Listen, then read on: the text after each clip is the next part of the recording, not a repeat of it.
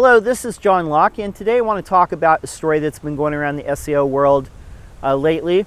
It's not really news to anybody who follows SEO, but it is newsworthy, so let's talk about it. Now, many people are talking about the quality search rater guidelines and the fact that you can use Google Analytics to track if the quality search raters have visited your site at some time in the past and done an evaluation on your site. I'm going to link up in the show notes to another person in the SEO world who has put together a Google segment that you can import into your Google Analytics, and you could basically see if the quality raters have visited your site. And I just want to talk about this. The Quality Search Rater Guidelines, for those who don't know, is a document that's put out each year by Google. And in it, there is a whole bunch of guidelines on how their quality rater team analyzes content. Now, they don't have a direct impact on the search rankings, but their findings are given to the Google engineers who try and write those results into the ranking algorithm. Now, Google's algorithm is becoming more and more reliant on artificial intelligence that they call RankBrain. And basically, the goal of RankBrain is to be able to choose a search result that a human would pick. And how the quality search raters work into this. Google employs these quality search raters, a team of about 10,000 contractors, and they work for various firms. And what they do is they'll analyze the search results, and they'll look at the results that Google is sending back, and then they will go through the checklist of criteria, looking at everything from the content on the page, the supplemental content, like the sidebars or the footers, who's behind the site, the design of the site, is this a trustworthy site, can you tell who's writing the material, do you trust this site, basically. All this is a part of another talked about acronym called EAT, EAT, Expertise, Authority, and Trustworthiness.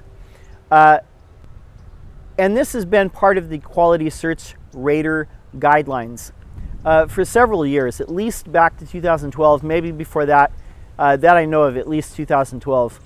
But basically what these contractors do is they work for these various firms, and they'll do their evaluations of what Google is spitting out for results, and they'll share that with the Google engineers.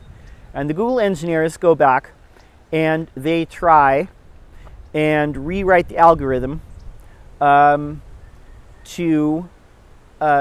be closer to what these human beings would pick. So the idea is to end the kind of manipulation that goes on. All the SEO black hat shortcuts eventually, in theory, would stop working, and the results that actually deserve to be at the top would be at the top. So these quality raters don't directly influence the rankings, but what they do is they tell the engineers what they as human beings feel about the results through this checklist that Google has put together for them to evaluate the pages. So basically they're giving Google feedback as a human being about what the computer is choosing, and then it becomes like a continuous thing where the engineers try and fine-tune it.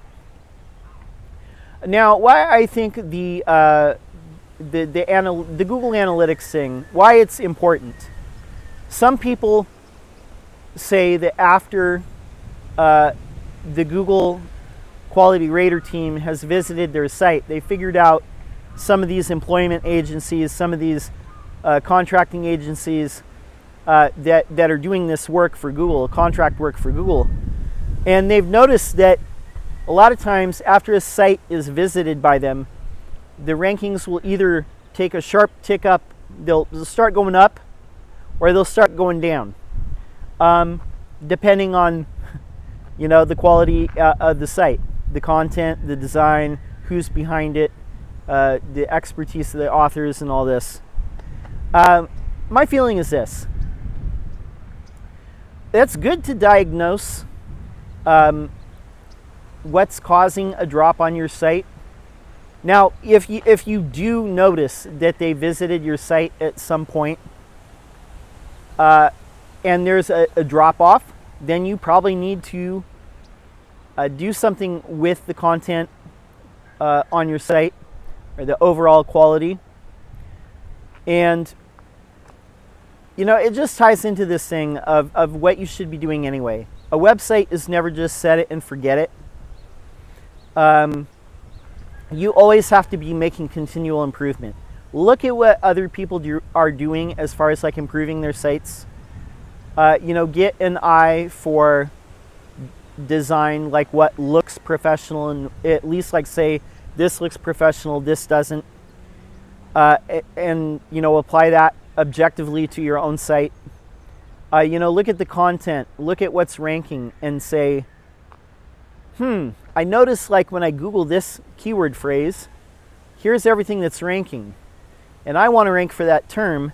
How can I make my page that I'm trying to rank for that more like what these results are, and cover that same content and answer those same questions? I think honestly this is what you should be doing all the time anyway, but it's good to be able to point sometimes maybe at certain things and say, like, yes, you do need to improve the quality of content on your site or improve the design. It's my 2 cents. You should be doing that anyway. And I will say this too, you shouldn't fear Google or the quality rater team coming to your site to analyze it. I mean, honestly, if you're staying up on this, you shouldn't fear it.